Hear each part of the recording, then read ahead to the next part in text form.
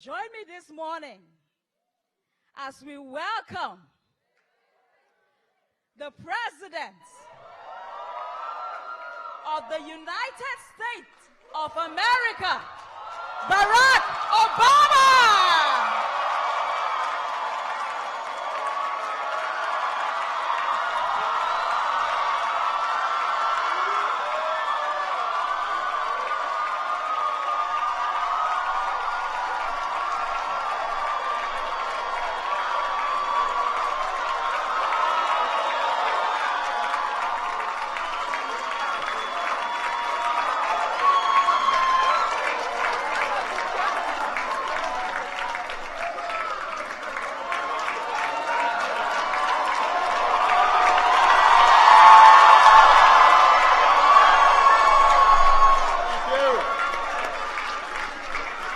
Well, hello, everybody.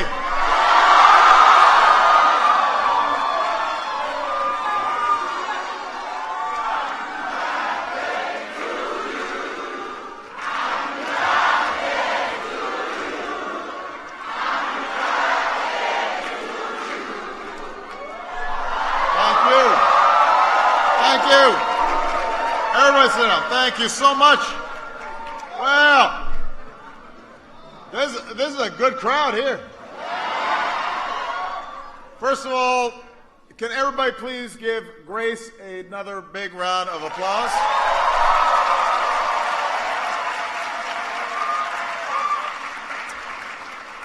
You know, not only does she do incredibly inspiring work in Nigeria, but I have to say following Grace is a little bit like following Michelle. You know, she's so good that you kind of feel bad when you're walking out because you're thinking, I'm not going to be that good. But she's just one example of the incredible talent that's in this room. And to all of you, I know that you've been here in the United States for just a few weeks, but let me say on behalf of the American people, welcome to the United States. We are thrilled to have you here.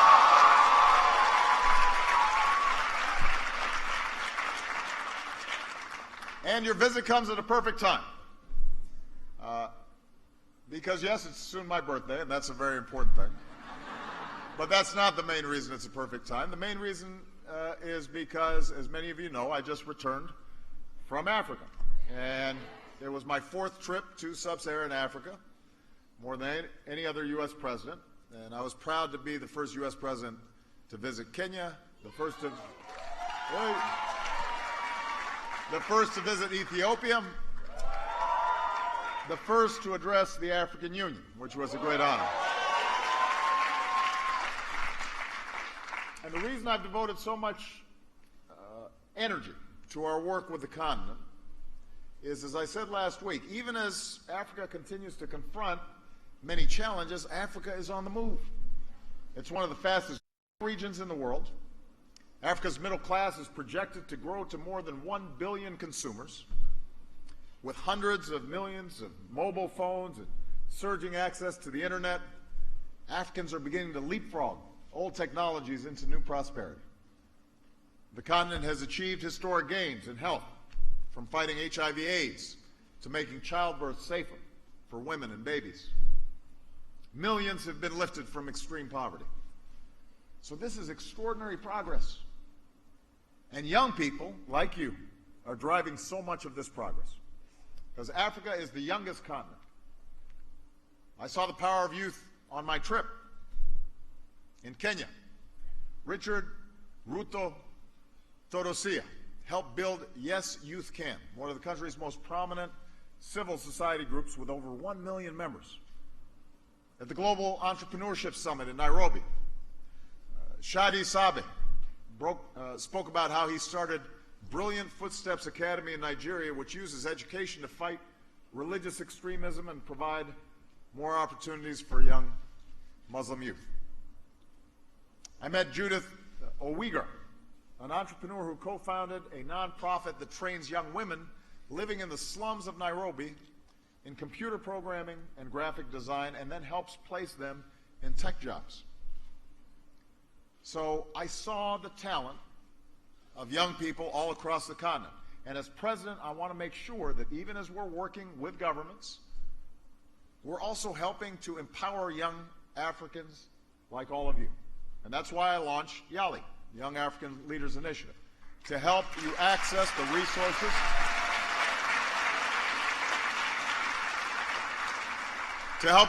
resources and the training and the networks that you need to become the next generation of leaders in all areas, in civil society, in business, in government. And the response has been overwhelming. So far, more than 140,000 young people across Africa have joined our YALI network. So young Africans with new ideas can connect with each other and collaborate and work together to put their plans into action. And I want to welcome all of the YALI network members across Africa who are watching this town hall today. I'm proud of all of you. I'm proud that we've made so much progress together after just a few years. And last year I said we'd launch a new set of tools for our YALI network. So today we've got more than 30 online lessons available on everything from public speaking to how to write a business plan, mentoring, new ways to network across Africa, around the world, new training sessions, meetings with experts on how to launch a startup. And we're launching 3 new online Mandela Fellow Washington Fellowship Institute courses so that all members of the YALI network can access some of the great ideas that you've been sharing.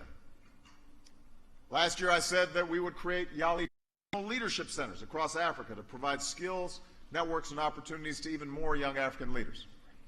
And in Kenya, I had a chance to visit the Regional Leadership Center in Nairobi. Just this morning, we opened a new center in Accra. And 2 more will be opened by the end of the year in Pretoria and in Dakar.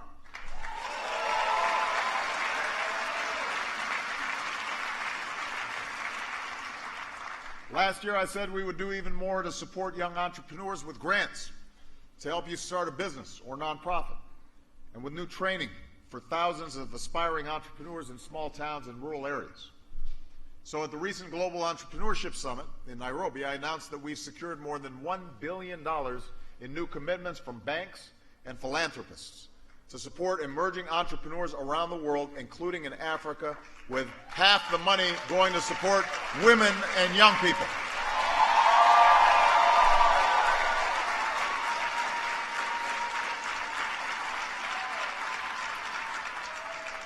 And last year, I welcomed our first class of Mandela Fellows. This year, the response was overwhelming again. Nearly 30,000 applied. And today, I'm honored to welcome you, the second Mandela Washington Fellows class. We're on track to double the Mandela Washington Fellowship program to 1,000 fellows by next year.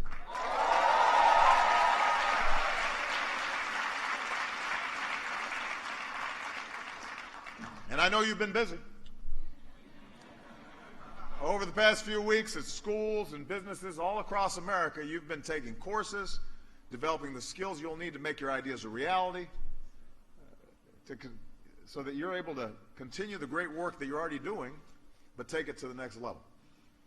That's what Brian Wembia of Zambia plans to do. Where's Brian? Where is he? There he is, right there.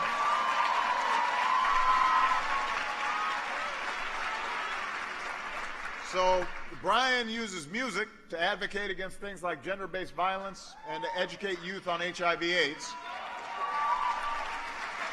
So while in the U.S., he's learned about our healthcare system, met the founder of an American HIV/AIDS organization, and now he plans to start a record label for music about social change. So Brian, we're proud to be your partner.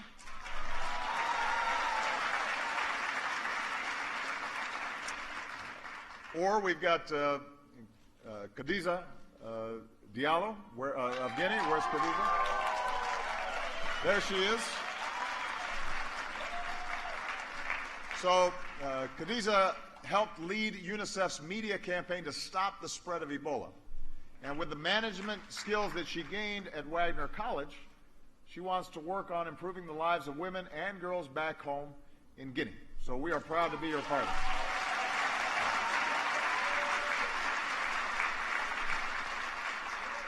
Or we've got Jamila Nyanja of Uganda. Are you posing? She is posing. Jamila is not a fashion model. That's not. She started a door-to-door laundry company to employ more youth and teach them entrepreneurial skills, and she hopes to take what she learned during her time at Dartmouth University to meet her goal of getting 1,000 youth to work in or run their own business. So we're proud to be your partner, Jamila. So that's just a sampling of the incredible projects that are being done by fellows all across Africa. So this program is going to help all of you make a real difference back home. But Fatou Baendour from Senegal, where's Fatou?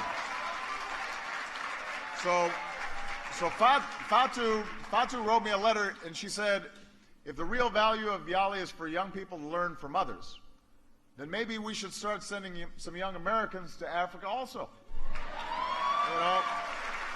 You know, and she made the point not just to help poor communities as they usually do, but to learn from other societies with humility, and which I thought is absolutely true. So I have good news, Fatou. From now on, Yali will give Americans an opportunity next summer. Up to 80 young American leaders will join.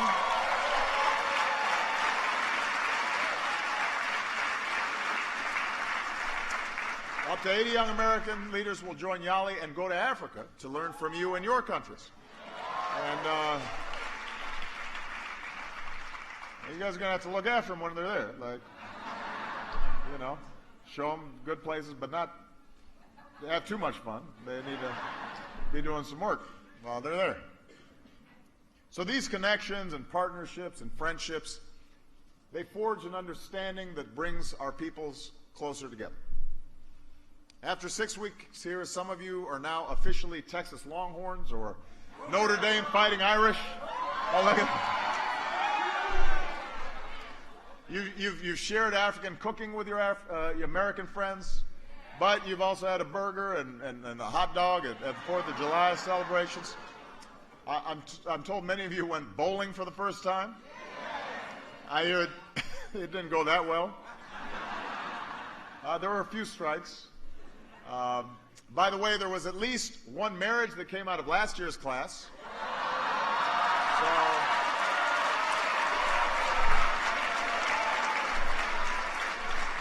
So who knows what might would happen here. So as your time in America comes to a close, I want you to remember this is really just the beginning. We just started this. And the truth is that our greatest challenges, whether it's inclusive development or confronting terrorism, dealing with conflict, climate change, increasing women's rights, children's rights, these are bigger than any one nation or even one continent. Our hope is that 10, 15, 20 years from now, when you've all gone on to be ministers in government or leaders in business or pioneers of social change, that you'll still be connecting with each other, that you'll still be learning from each other, and that together you'll be reaching back and helping the next generation. That you'll not only be making a difference in your own countries, but you'll be the foundation of a new generation of global leadership. A generation that's going to be working together across borders to make the world safer and more prosperous and more peaceful and more just. That's my hope for you. We've brought you here because we benefit from your leadership, but we're counting on you to work together to make sure that you're also reaching back to those who are going to be coming behind you. Couldn't be prouder of you. So with that, let me take some questions. All right? Thank you very much.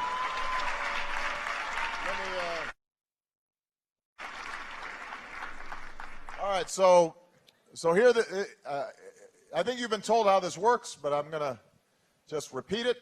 I'm just going to call on as many people as possible. When I call on you, introduce yourself. Tell me what country you're from. Make your question relatively short so that we can get as many questions in as possible. And I'm going to go boy, girl, to make sure that it's fair. All right? Okay, so let me see who I'm going to start off with. This is all such a good-looking group. I'm going to start with this young lady right here, right in the middle. Yeah, there you go. With the African earrings. Very appropriate. My name is Faith Chege. I'm from Kenya. Habari. Mzuri sana. Okay. Yes. And my question is, I'm curious how you keep the balance in terms of your background as an African American and the kind of struggles you've had to get over to get here, and being married to Michelle Obama. She's powerful and amazing. And as a father, as a husband, but you seem to not let that interfere with your work and you being effective. So how do you keep the balance? Well, first of all, I wouldn't be who I was without Michelle. So she's my partner. And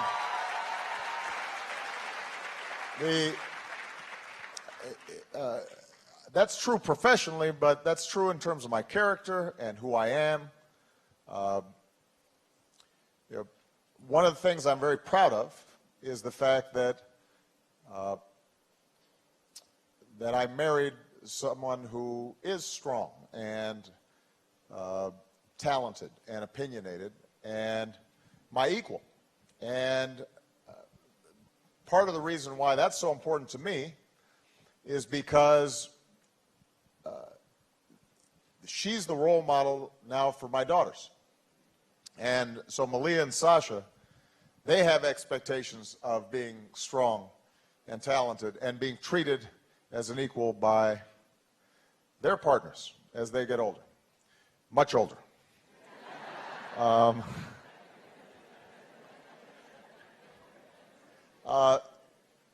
You know, the balance, I've written about this, the balance isn't always perfect. I think one of the things that my generation, but now even more your generation, has to manage is if you have two people working in the house outside the home, how do you manage that in a way that we're both good parents, we're both able to succeed in our work? And what Michelle and I found was that we had to recognize that at any given point in our careers, one person might sacrifice a little bit. Maybe this was time that she really had to focus on something, and so I had to cover for her more. There were times where I was able to do something and she had to handle things more. Now, I'm not suggesting that it's been completely equal, because I'm the first one to acknowledge that she's probably made more sacrifices given the nature of a political career than I have. But what I've learned from her is that if she doesn't feel respected and fulfilled, then I'm going to end up being less successful ultimately. And that's something that I think that men in Africa in particular, but men everywhere, but men in Africa, I've spoken about this a lot. The best measure of how a country does economically in terms of development is how does it treat its women. And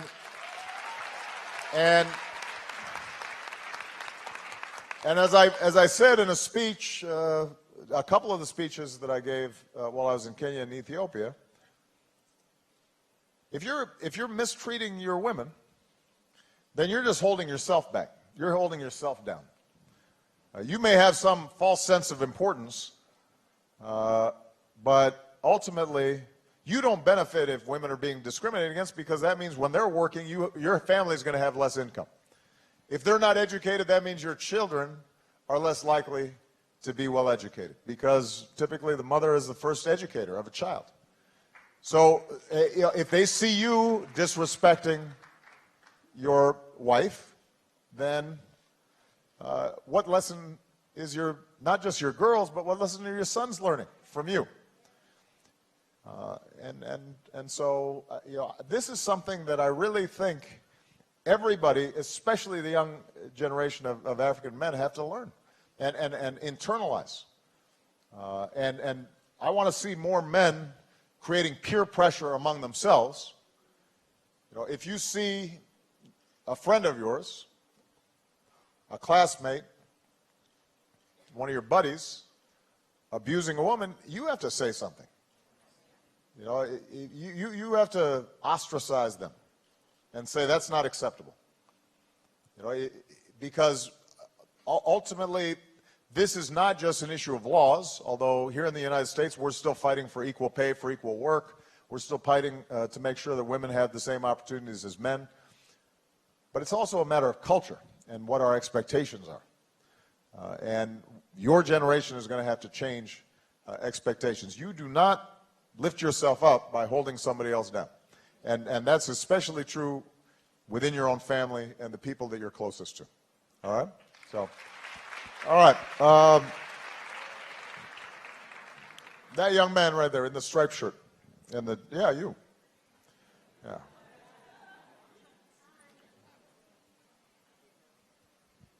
Thank you, Mr. President. My name is Andre Imanishimwe from Rwanda. You have a little cheering section here. Got the flags. Mr. President, there is a big problem of climate change, and research has showed that Africa will be the most vulnerable continent to climate change in the next decades. Africa is the continent which is responsible to climate change mitigation, and it is reducing the greenhouse gases and the global warming. And I saw that Africa was the last continent to get the funding for climate change mitigation and adaptation. So my question is to ask you, what is the plan of the United States of America to empower Africa so that our community can adapt themselves to the climate change in the next future? Thank you. Well, first of all, this generation understand that climate change is going to be one of the critical issues that you face. Now, oftentimes you'll hear people say, well, environmental issues, climate change, we don't have time to worry about that right now because we have much more urgent issues. We have to educate our children. We have to feed people. We have to develop. Maybe later we can worry about environmental issues, which I understand why a lot of African countries and poorer countries in Asia or Latin America or other places would say that, because historically that's basically what the United States and developed countries did. The United States used to be terribly polluted. If you went to Los Angeles, you couldn't, it was like Beijing is now. It was very hard to breathe if you ran outside. You had lakes and rivers that were so polluted that one of them caught fire. That's serious. That's some pollution there. The same is true in London when London was first developing during the Industrial Revolution, because of all the coal that was being burned and the soot. Here's the problem. Whether it's fair or not, the issue of climate change is not like traditional environmental issues in the sense that it's just isolated in one area. Global climate change will affect everybody. And because the changes could be so severe, frankly, the countries that are most likely to be adversely affected are the poorer countries, because they have less margin for error. So if you have changing weather patterns in, let's say, the Indian subcontinent, and the monsoon rains shift, suddenly you could have millions of people whose crops completely fail. Well, the same is true in Africa. If rain patterns and drought starts changing, subsistence farmers are completely vulnerable. If you are in coastal communities and the oceans begin to rise, millions of people could be displaced. So this is something that everybody is going to have to take seriously. Now, what we're going to be doing is, here in the United States, we are initiating some of the most aggressive action to start reducing the emission of carbon that produces climate change. There's going to be a Paris conference later this year in which we're organizing China and other countries that are big carbon emitters to participate and set targets for reduction of carbon pollution. Now, Africa per capita doesn't produce that much carbon. So some African countries have said, well, why should we have to do anything? Well, the answer is that you have to project where you're going to be 20 years from now or 30 years from now. If you get locked in now in, for example, the way you produce energy that's producing a lot of carbon, given the youth of Africa and its rising population, you could end up being the major carbon emitter if you don't take plans now. So what we're saying is, learn from our mistakes and find new sustainable ways of generating energy that don't produce carbon. When I was in Nairobi, I highlighted the work we're doing with something called Power Africa, which has generated billions of dollars with the goal of electrification throughout throughout sub-Saharan Africa. But part of what we're trying to encourage countries to do is don't automatically take the old models, think about new models of energy production and try to leapfrog over the old models. So, for example, with solar energy, we were looking at solar panels that you could send into rural areas, put on the roof of a hut, and for the same price per day that people are purchasing kerosene, they can have a small solar panels and pack that generates light and provides what they need. And in fact, it'll pay for itself in a year, and then they'll save money after that. And so in the same way that you've seen banking and financial transactions off smartphones, cell phones, leapfrogging some of the old ways of doing business in advanced countries, the same has to be true for energy. And we want to encourage new models. We are going to be providing, the United States and other wealthier countries are going to be providing billions of dollars in money for adaptation and mitigation. But what's more urgent is how do we create the energy that's needed for Africa's growth and development in a way that does not make the problem worse, but instead makes the problem better. All right? Okay. This young lady right here. Yeah. You got the mic coming. Hello. So my name is Amel. Speak up just a little bit. Hello. So my name is Amel Labat. I'm from Mauritania, and I'm 23 years old. So my question is simple. You as a president and you as a citizen, a U.S. citizen, will you, after leaving the White House, keep up this program? Because we still need it. Yeah. It is a simple question. And I've got a simple answer. Yes. Now, here's what we're going to try to do. We want to institutionalize the program so that the next president and future presidents and the U.S. government continue to sustain the program. But, so that's going to be important. And, you know, since I still have this job for the next 18 months, I haven't been completely focused on what I'm going to do afterwards. The first thing I'm probably going to do is I'm going to catch up on my sleep. So I'm going to do that for a couple months.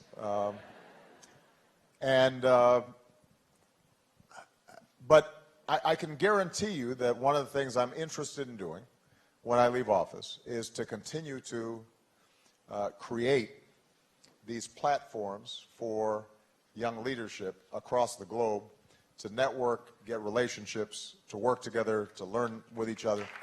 And by the way,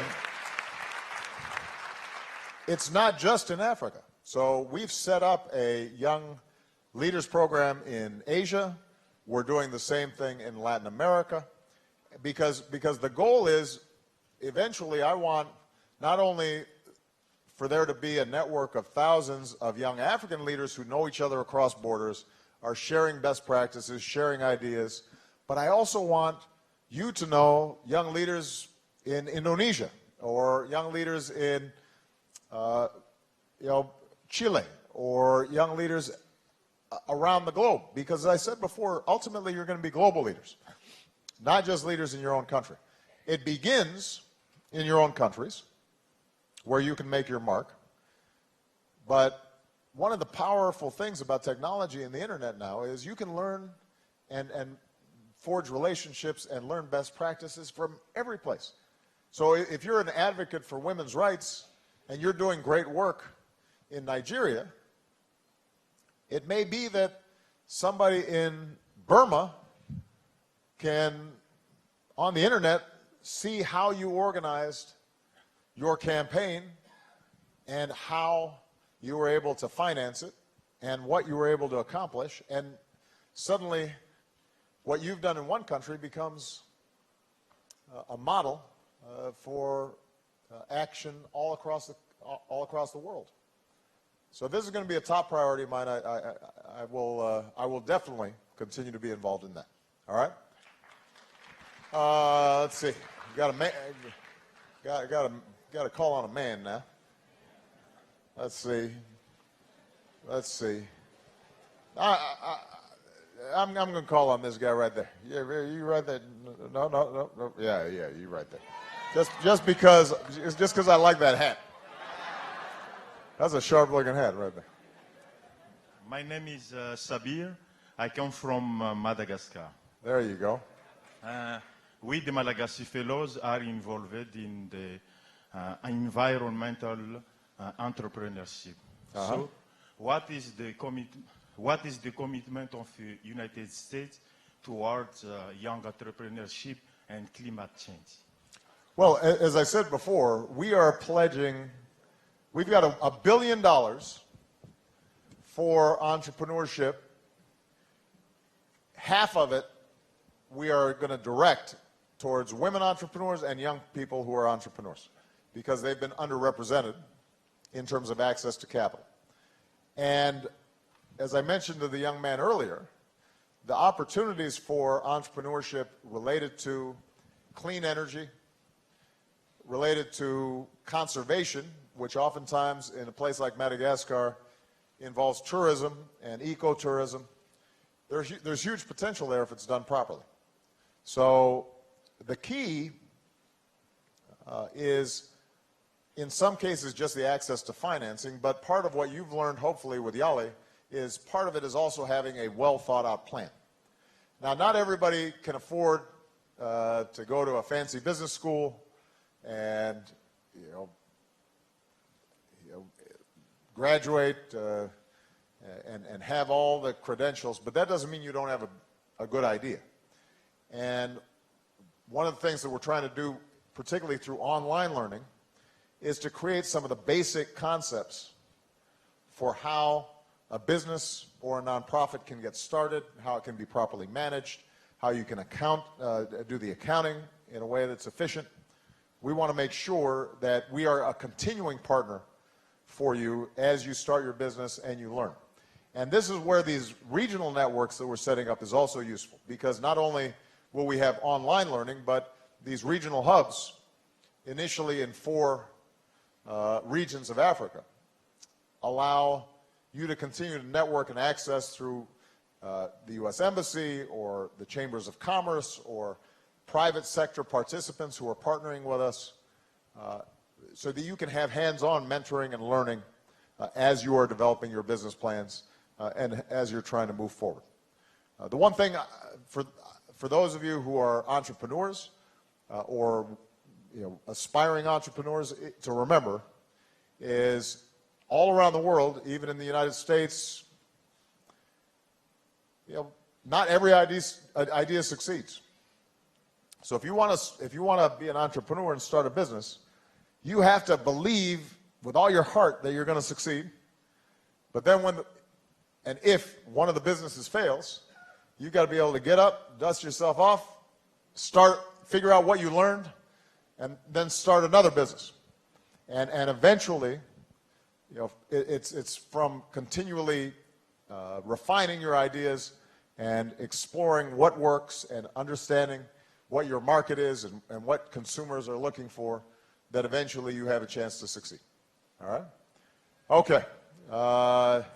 It's a young woman's turn now. Well, she's just dancing over here. So we'll have to call on her. That doesn't mean, by the way, everybody should dance. I just wanted to point that out. Go ahead. Mr. President, thank you. My name is Marilyn Gemo from Cameroon, and I would like to find out if you will support Africa's candidature for a permanent seat as the UN Security Council. Thank you.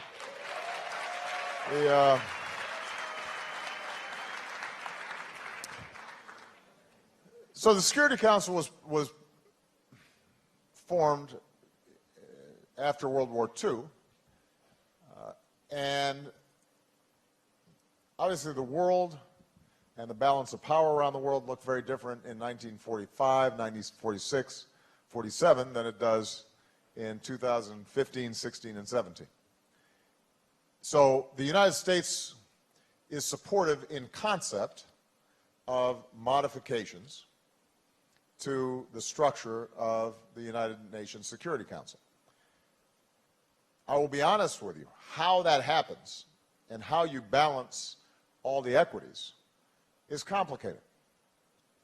As a matter of principle, I would think that there should at least be one representative from the African continent on the Security Council, along with representatives from the other regions of the world and some of the other powers that have emerged. I will tell you that, because, for example, Latin America does not have a country that's represented.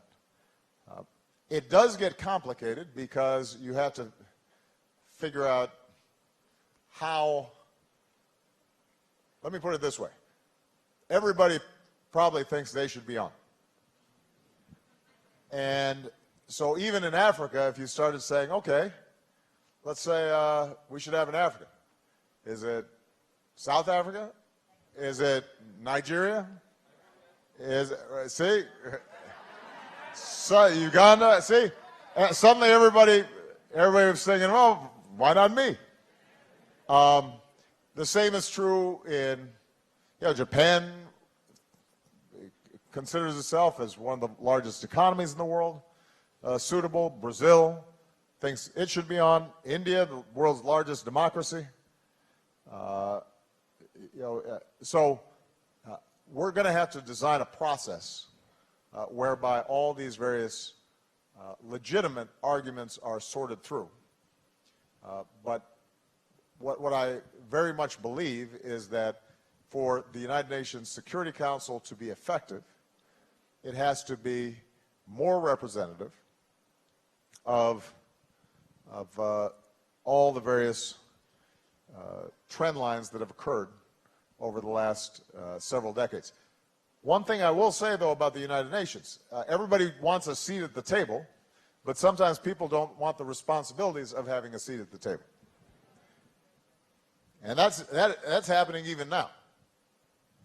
And the one thing I've learned, both in my personal life and in my political life, is that if you want authority, then you also have to be more responsible.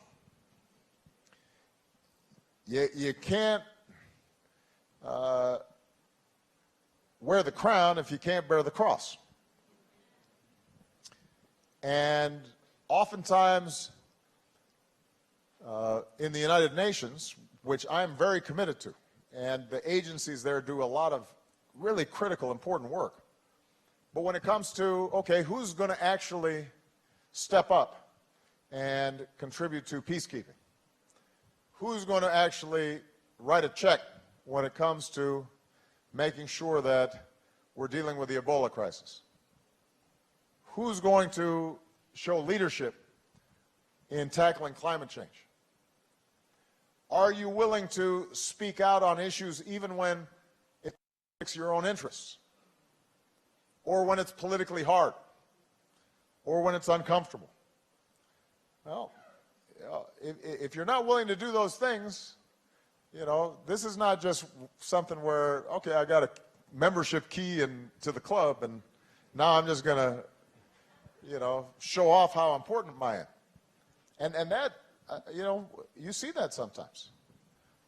This happens, and sometimes it happens in our own agencies. You know, on human rights, when I was in Kenya, I said that it's not enough for the United States always to be the heavy who has to point out that it's unsuitable for leaders to ignore their constitution and try to cling on to power. Their neighbors have to speak up as well, even if it's uncomfortable, right? But so my attitude, if you want to participate, then you have to recognize that you have broader responsibilities, and that's something that the United States, by the way, you know, for all our occasional mistakes or flaws, or you know, our policies not perfect all the time, the one thing we do try to be is responsible. If there's a, you know, earthquake or a tornado somewhere, or a hurricane somewhere, you know, we're there. We're stepping up. When Ebola happened, we stepped up. Even when other people were kind of looking around and trying to figure out, well, I don't know, what should we do? And that is part of leadership. That's true, by the way, for you individually as well. You have to be willing to take some risks and do some hard things in order to be a leader. Leader's not just a name, a title, and you know, privileges and perks. So, all right. Let's see. It's I think it's the gentleman's turn, isn't it? All right. This guy looks sharp right here in the corner. I mean, that's a serious looking coat. Huh? Look at that. That's a good looking coat. Don't worry, I'll call on somebody who's just wearing a suit at some point. But. Thank you, Mr. President. I'm Franklin Ngochi from Cameroon. So we are very grateful for the American leadership in our fight against violent extremism and the military response. So my question is on what kind of engagement, what kind of support we can expect from you in building resilient communities, especially along the Sahel, where we are grappling with those issues. Well, this is something that is very important. Look,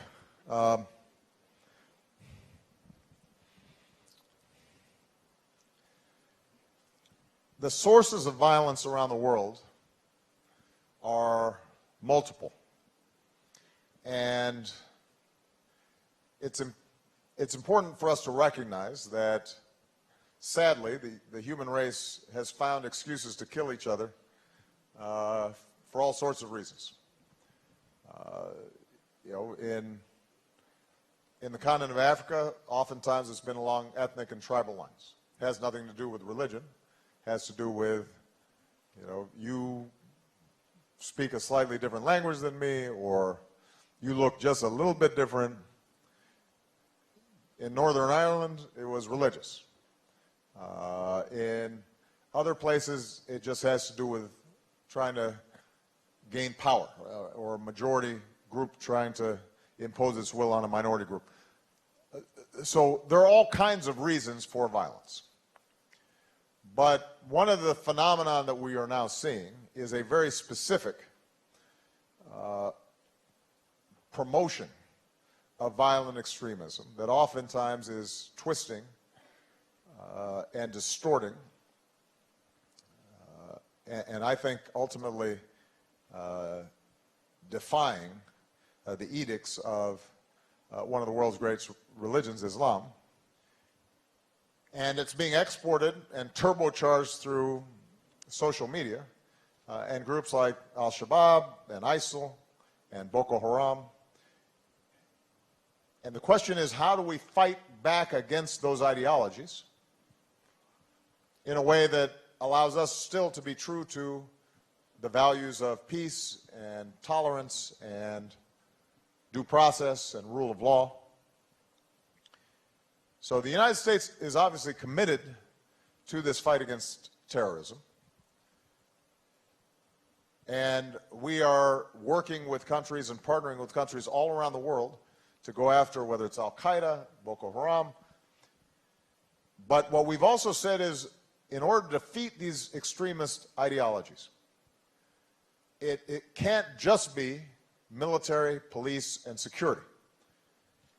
It has to be reaching into communities that feel marginalized and making sure that they feel that they're heard, making sure that the young people in those communities have opportunity.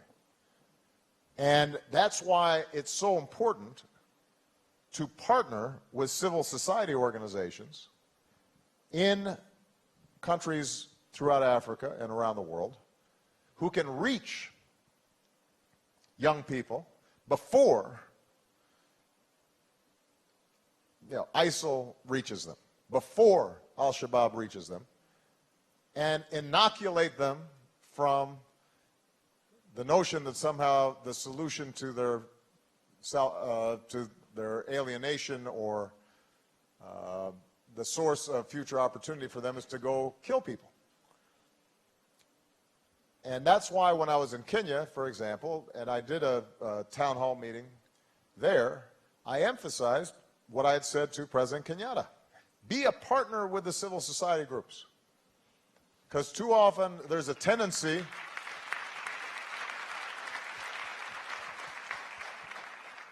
because what the extremist groups want to do is they want to divide. That's what terrorism is all about. The notion is that you scare societies, further polarizes them. The government reacts by further discriminating against a particular group. That group then feels it has no political outlet peacefully to deal with their grievances. And that suppression can oftentimes accelerate even more extremism. And that's why reaching out to civil society groups, clergy, and listening and asking, okay, what is it that we need to do in order to make sure that young people feel that they can succeed? What is it that we need to do to make sure that they feel that they're fully a part of this country and are full citizens and have full rights? How do we do that? Bringing them in to plan and design messages and campaigns that embrace the diversity of these countries. Those are the things that are so important to do. We still have to gain intelligence and engage in effective military and police campaigns to eradicate those who are so brainwashed that all you can do is incapacitate them. But the question is constantly, how do we make sure that the recruitment of young people into these terrorist organizations, how do we cut off that flow? And that requires more than just military efforts. Okay? All right. There's a young lady right here. Yeah, right here in the green and red. Yeah, you. No, right here. Go ahead. No, right here. Yeah, right here, right in front. Yes. You. Yes. Go ahead. Thank you, Mr. President. My name is Jane. I'm from Kenya, and I'm speaking on behalf of my brothers and sisters with albinism from Africa. As you may know, Mr. President, persons with albinism in Africa are being killed and their body parts harvested for ritual purposes.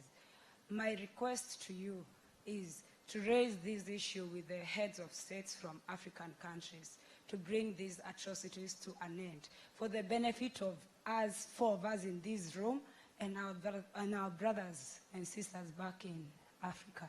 Thank you. Okay, good. Thank you.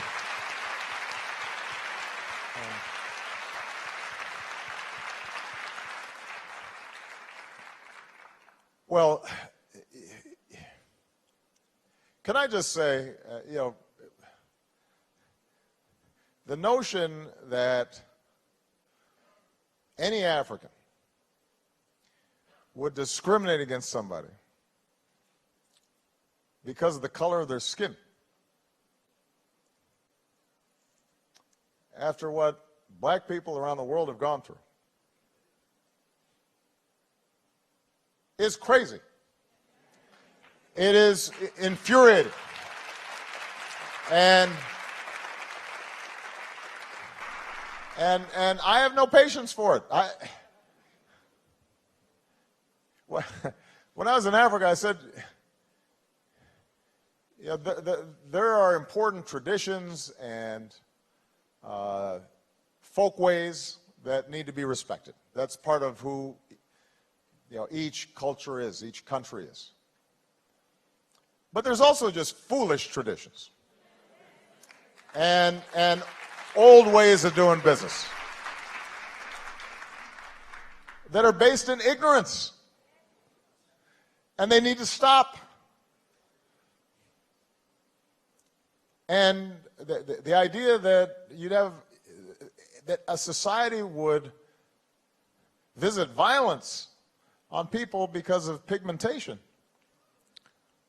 that's not a tradition that is worth preserving. That's tomfoolery. That's craziness. It's cruel. The same is true with practices like genital mutilation. That just has to stop. You don't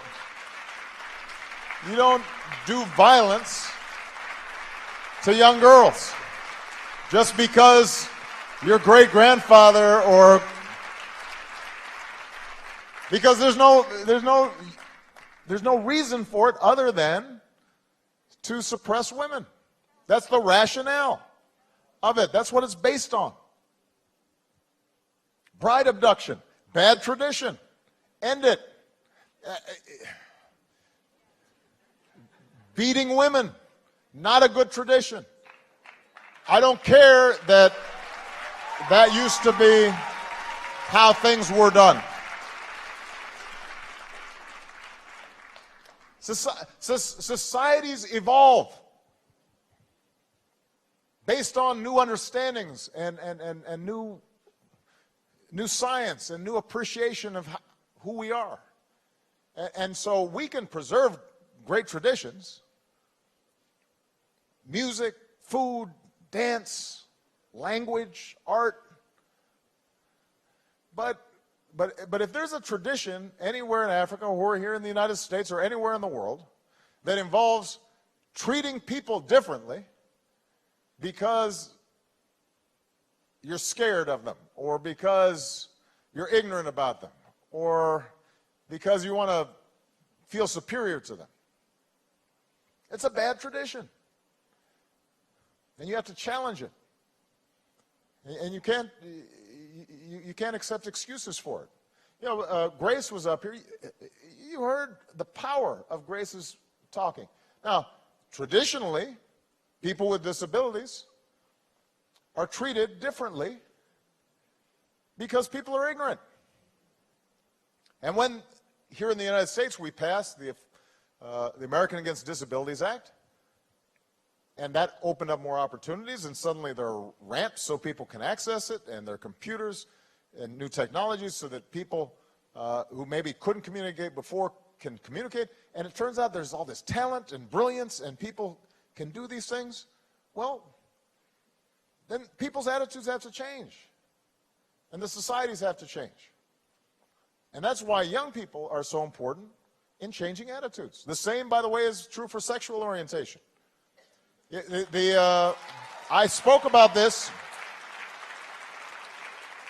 I spoke about this in Africa, and everybody's like, "Oh, we don't want to hear that." But the truth of the matter is that if you're treating people differently just because of who they love and who they are,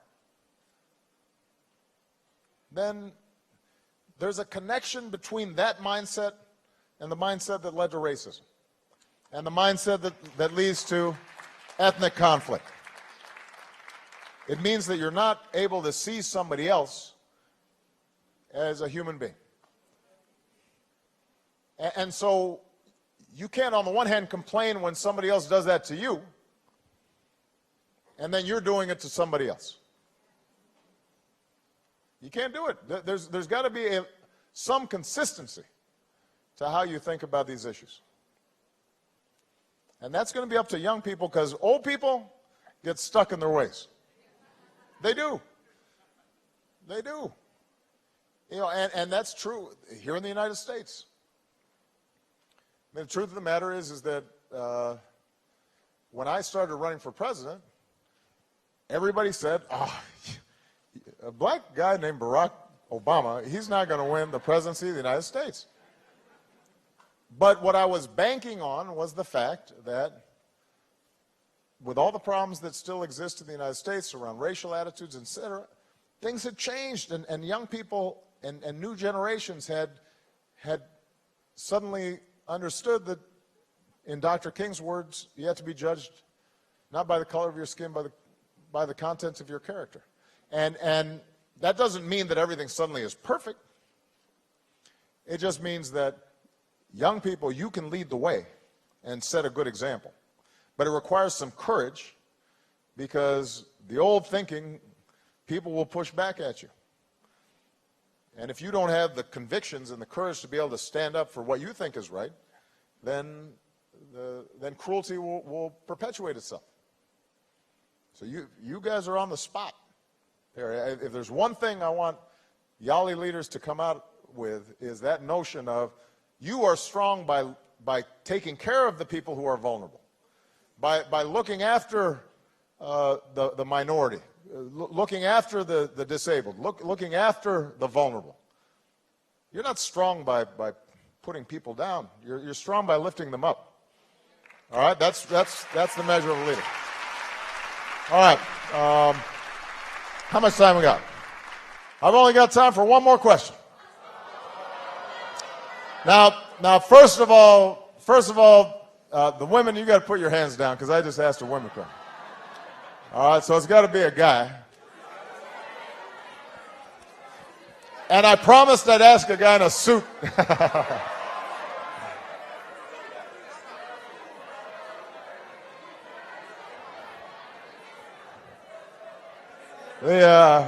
I'm just going to ask this guy right here. All right. Look at him. He's all buttoning up. He looks very sharp. Thank you, Mr. President. My name is Olushola Owonikoko from Nigeria. Thank you. I want to say we appreciate all the great work that the United States is doing with Nigeria and many other African countries, especially as it concerns infrastructural development, policies, and all of those.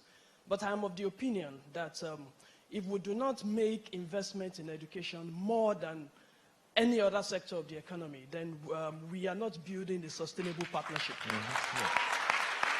Okay. And I'm saying that in respect to the fact that we are all aware of the intellectual drain that Africa is experiencing, due to the fact that the grass seems green on this side, and then the United States attracts so many intellectuals who should have stayed to develop and run these programs. For example, recently when you were in Kenya, you launched a project around power and energy. I'm of the opinion that if that program is going to be successful and sustainable, then all of those programs should include the partnership of universities. Because through that, we can build the capacity of universities, and then those countries can go around in other African countries replicating that. Right. So in that case, we can control the drain that is moving from Africa to the West or to any other part of the country. Okay. So I want to ask that what is the United States doing to control this intellectual drain to the Western world? And what are you doing to increase, more than others, the investment in education so that our partnership and development can be truly sustainable? Thank you. Good.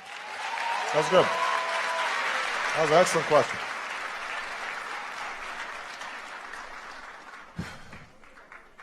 It is an excellent question. But I'm going to reverse the question a little bit. The question is not what is the United States doing to reverse the brain drain. The question is what are your countries doing to reverse the brain drain?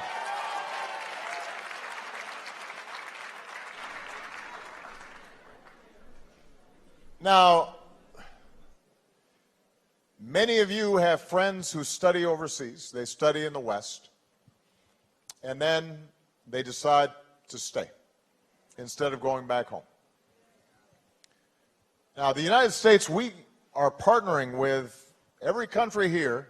I guarantee you there are programs to invest in education in your country. There are programs to work with the universities in your countries.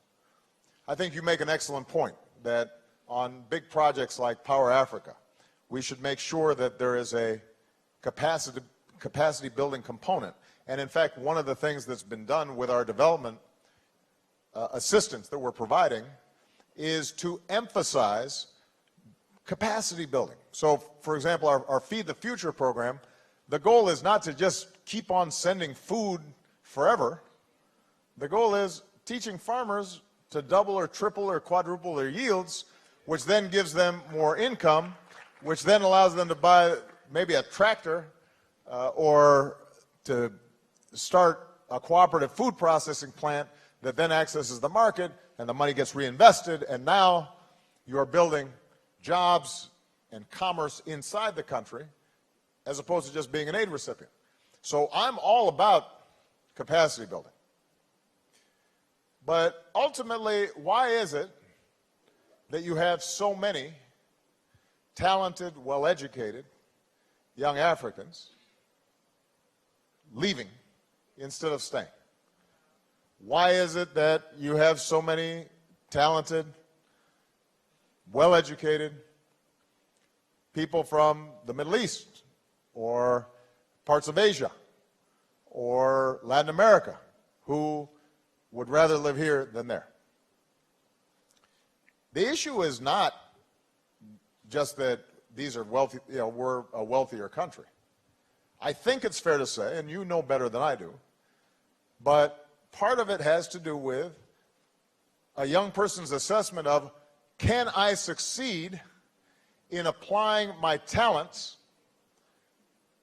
if, for example, the economy is still built on corruption so that I have to pay a bribe or be well connected in order to start my business? Or is there still, are there still ethnic rivalries in the country? Which means that if I'm from the wrong tribe, I'm less likely to advance. Or is there still so much sexism in the country that if I'm a woman, then I'm expected just to be at home and be quiet when I'm a trained doctor?